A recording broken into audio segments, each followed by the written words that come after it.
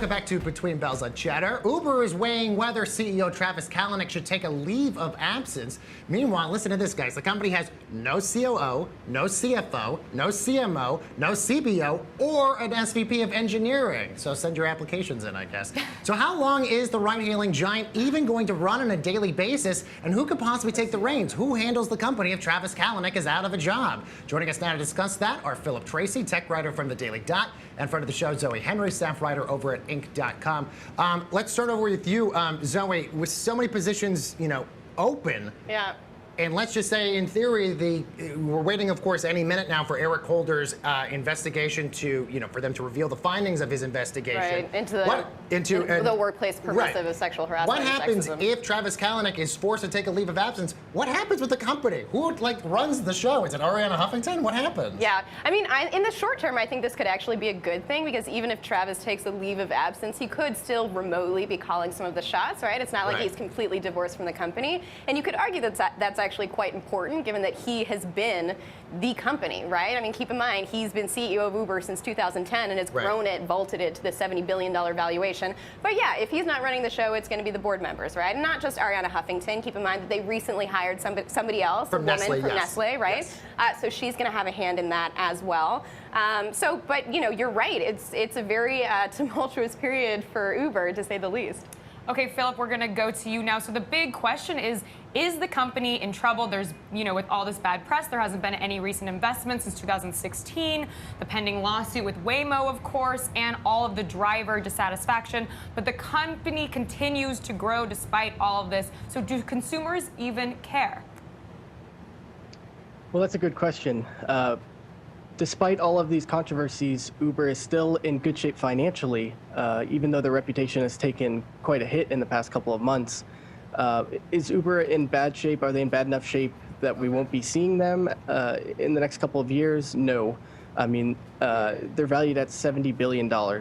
So they have a lot of money to work with. And really, this is just an opening for other executives to come in and to rise to the top. Right now we have Kalanick at the very top, and then you've got a pretty big gap between he and the next biggest executive. This is an opportunity for people to come in and to get Uber back on track and to get them doing what they're really good at, and that is being a leader in ride hailing. So I don't think that they're in long-term trouble. Philip, you mentioned, of course, the $70 billion valuation. Of course, that's the news that we all kind of report on now.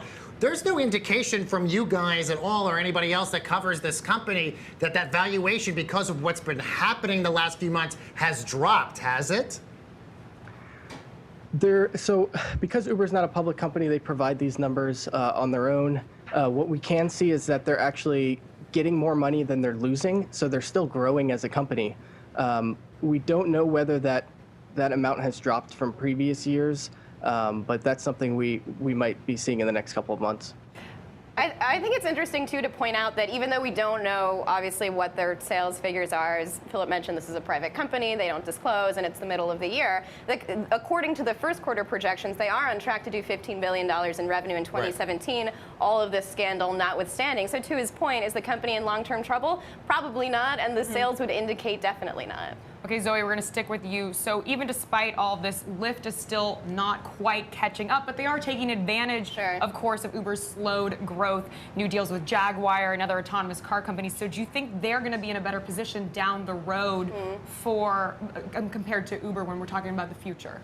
I think they're certainly in a better position given everything that's been going on with Uber right now. But again, you have to look at how far Lyft traces Uber. I think it's something like 1/8 of the size of the company. I don't have the numbers on hand, but that's a considerable discrepancy, right? So are they in a better position? Yes. Could they conceivably catch up? That's still going to take a lot of work, even as they're forging these new partnerships.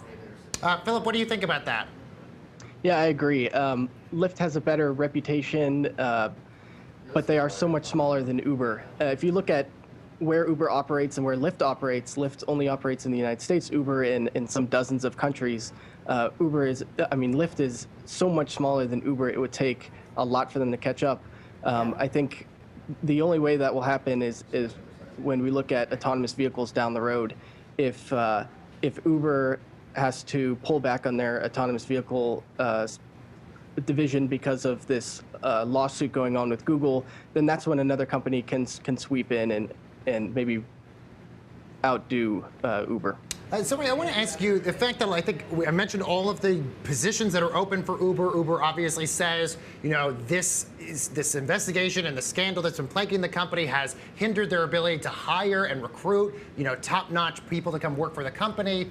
There's also the culture of Silicon Valley and how they treat women and, workplace issues and stuff like that.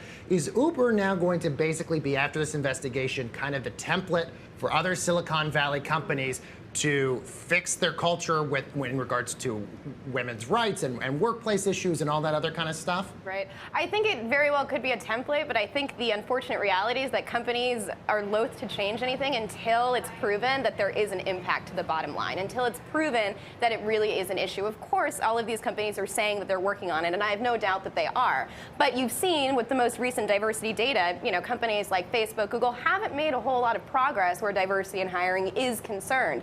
And why is that? Because it hasn't taken much of an impact on the bottom line. So I think Uber certainly should be a template for companies moving forward. To what extent it actually can change, up in the air. It definitely should be a warning and a red flag. Philip, we're going to go over to you. Do you think Uber is basically a case study for some of these companies in Silicon Valley to fix themselves?